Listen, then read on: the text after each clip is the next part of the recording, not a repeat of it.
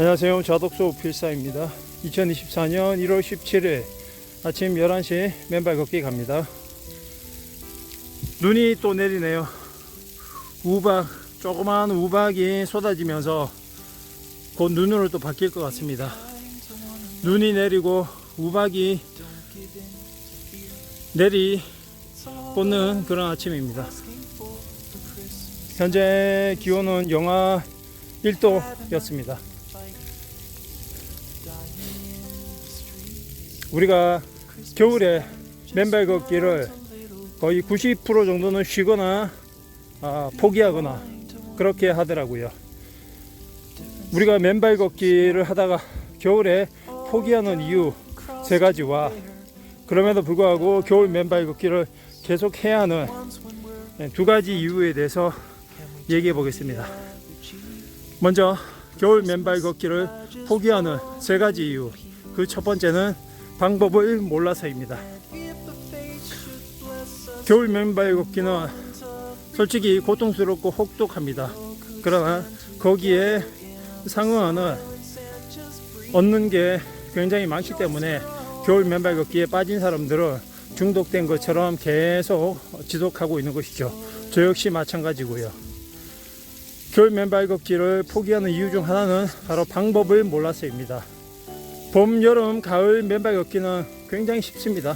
날씨도 온화하고 아주 친숙한 그런 날씨이기 때문에 그냥 가벼운 옷차림으로 나가도 됩니다. 그러나 겨울은 다르죠.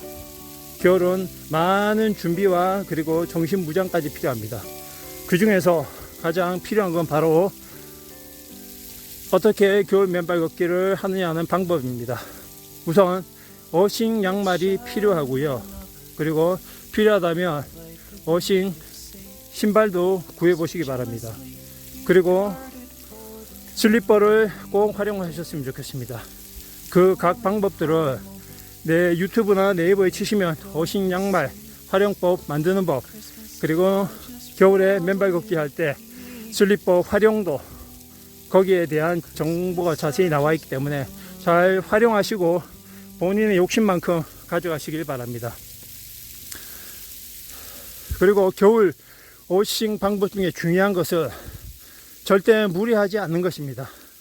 겨울 어싱 10분, 20분은 겨울에 하는 맨발 걷기 한 10분, 20분은 한여름 1시간, 2시간 어싱 하는 것과 맞먹는 정도의 효과를 가지고 있습니다. 그렇기 때문에 겨울은 많이 하겠다는 생각은 자제하시고 꾸준히 지속해서 봄, 여름, 가을까지 이어가겠다는 그런 마음이 정말 중요한 것 같습니다. 그리고 겨울 맨발 걷기를 포기하는 2번째 이유, 바로 습관이 들이지 않아서입니다. 이것은 앞서 말씀드린 맨발 걷기 겨울에 진입했을 때 우리는 평소에 하던 1시간, 2시간을 그렇게 쉽게 해낼 수 없습니다. 겨울은 다시 한번 말씀드리지만 맨발 걷기 족들에게는 굉장히 혹독한 계절입니다. 시련의 계절이죠. 그렇기 때문에 맨발 걷기 겨울에 습관을 들이려면 긴 시간보다는 짧은 시간이라도 지속하는 그런 습관을 몸에 익히는 것이 좋습니다. 매일 한다는 것입니다.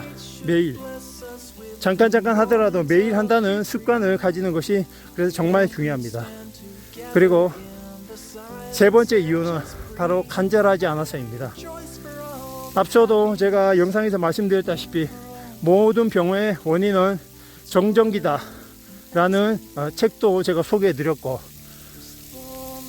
우리 몸의 모든 질병의 근원인 활성산소라고 하는데 그 활성산소는 바로 정전기에서부터 비롯된다고 합니다.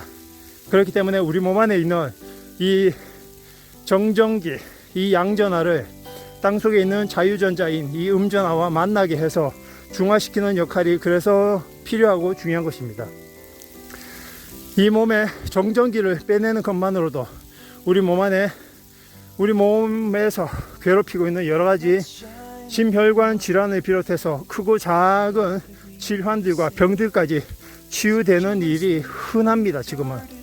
그런데도 그러한 사실은 외도하시고 현대의학과 병원과 의사의 말만 맹목적으로 마치 노예처럼 따르는 것이 정말 정상적이고 그리고 상식적인 일인지 다시 한번 물어보지 않을 수 없습니다.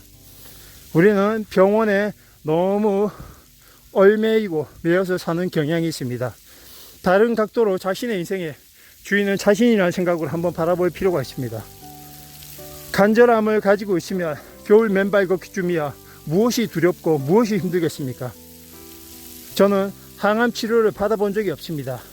방사선 치료도 받아본 적이 없습니다. 그러나 그 항암 치료와 방사선 치료가 끔찍할 만큼 고통스럽고, 아니 말로 표현하기도 힘들 만큼 괴롭고 힘든 과정이라는 것을 들어서 간접적으로 알고는 있습니다. 그런데 만약 여러분들이 맨발 걷기를 통해서 그러한 과정들을 겪지 않고 이 대자연이라는 주치의가 내주는 대로 흙길을 밟고 그에 따라 내 몸이 자연히 반응하여 몸의 면역력을 살리고 안 좋은 세포들을 제거해 나간다면 그것만큼 좋은 일이 또 어디 있겠습니까? 바로 간절하지 않기 때문에 맨발 걷기에 대해서 등한시하고 알아보지 않고 공부하지 않고 행하지 않는 것이라 감히 말씀드리겠습니다. 그리고 그럼에도 불구하고 맨발 걷기를 계속해야 하는 이유 두 가지를 말씀드리겠습니다. 겨울 러싱이 중요한 이유는 바로 전기의 전도율 때문입니다. 우리 몸에 흐르는 전기, 이 정전기를 빼내는 작업이 정말 중요합니다. 그런데 이 전기 전도율은 날씨, 온도와 굉장히 밀접한 관계가 있습니다. 온도가 낮을수록 전기 전도율이 더 좋아진다는 것입니다. 말할 필요도 없이 겨울이 되어 온도가 낮아지면 그만큼 전기 간의 전도율이 좋아져서 효과가 좋은 것입니다. 서부대에서도 말씀드렸다시피 겨울에 10분, 20분 맨발 걷기를 하는 것은 한겨울에 봄, 여름에 1시간, 2시간 맨발 걷기를 하는 것에 필적할 만큼의 엄청난 효과를 낸다고 합니다. 저도 재작년 겨울과 작년 그리고 올해 겨울을 거치면서 겨울 맨발 걷기를 하고 나면 봄, 여름, 가을 맨발 걷기를 하고 난 이후에 느끼는 몸의 에너지와 그리고 집중력과는 확연히 틀린 것을 느낄 수 있습니다.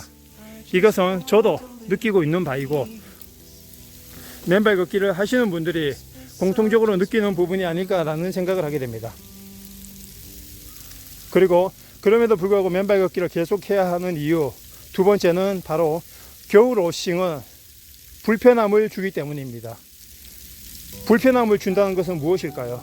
우리는 불편함을 주는 것을 귀찮아하고 싫어하고 멀리합니다. 불편하니까요. 귀찮으니까요. 그런데 맨발 걷기, 그 중에서도 겨울 맨발 걷기는 굉장히 번거롭고 귀찮습니다. 불편합니다. 그런데 이 불편함을 10분이든 20분이든 1시간이든 이겨내고 나면 자기 자신에 대한 효용성과 신뢰성 그리고 자기 자신에 대한 자신감이 굉장히 높아지는 것을 느낄 수 있습니다. 그 불편함에 피하지 않고 정면으로 맞서서 그 하루를 이겨낸 자기 자신에 대한 긍정적인 이미지가 살아나는 것이겠지요. 그런 전반적인 긍정적인 기분을 자신의 마음뿐만 아니고 몸에도 긍정적인 효과를 드러내서 병뿐만 아니고 마인드 컨트롤에도 굉장히 좋은 효과를 드러낸다고 생각합니다. 예를 들어 저는 지금 몇 년째 찬물 샤워를 하고 있습니다. 특히 겨울에 찬물 샤워는 곤혹 그 자체입니다. 몇 년째 찬물 샤워를 하고 있지만 지금도 찬물 샤워를 할 때마다 즐겁기는커녕 고통스럽고 불편하고 빨리 끝내고 싶고 굉장히 힘듭니다. 그런데 그 불편함을 피하지 않고 맞서서 온몸이 뻘개질 때까지 찬물 샤워를 하고 끝내고 나면 드디어 오늘 하루 내가 가장 피하고 싶고 가장 멀리하고 싶은 이 찬물 샤워라는 불편함을 이겨냈다는 생각이 듭니다. 정말이지 그날 하루는 그 어떤 날보다 성취감과 자신감과 에너지와 의욕과 집중력이 높아지는 것을 늘상 느낍니다. 이렇듯 겨울 맨발 걷기는 우리의 나약해진 심신, 그 중에서도 마음을 두들기고 당금질할 수 있는 쇠망치 같은 역할을 하는 것 같습니다. 불편함을 이겨내는 사람만이 거기에 합당된 하는 소중한 것과 중요한 것을 얻어갈 수 있다고 생각합니다. 누구나 어렵고 불편한 것을 피하는 것은 너무나 잘합니다. 그것은 우리 인간의 뇌 중에 도마뱀 뇌라고 일컬어지는 이 변연계에서 불편함과 불안함과 두려움을 피하라고 계속 신호를 보내는 고유의 본성 때문입니다. 그런데 의도적으로 이러한 부분들을 누르고 제치고 한번 나서 본다면, 적극적으로 능동적으로 한번 대응해 본다면 지금까지 바라보던 세상과는 또 다른 시각으로 세상을 바라보고 하루를 바라보는 계기가 되지 않을까 싶습니다. 이것이 제가 겨울 맨발 걷기를 지금도 계속하고 있고 겨울 맨발 걷기를 계속해야 하는 이유입니다. 오늘도 맨발 걷기 화이팅입니다. 감사합니다.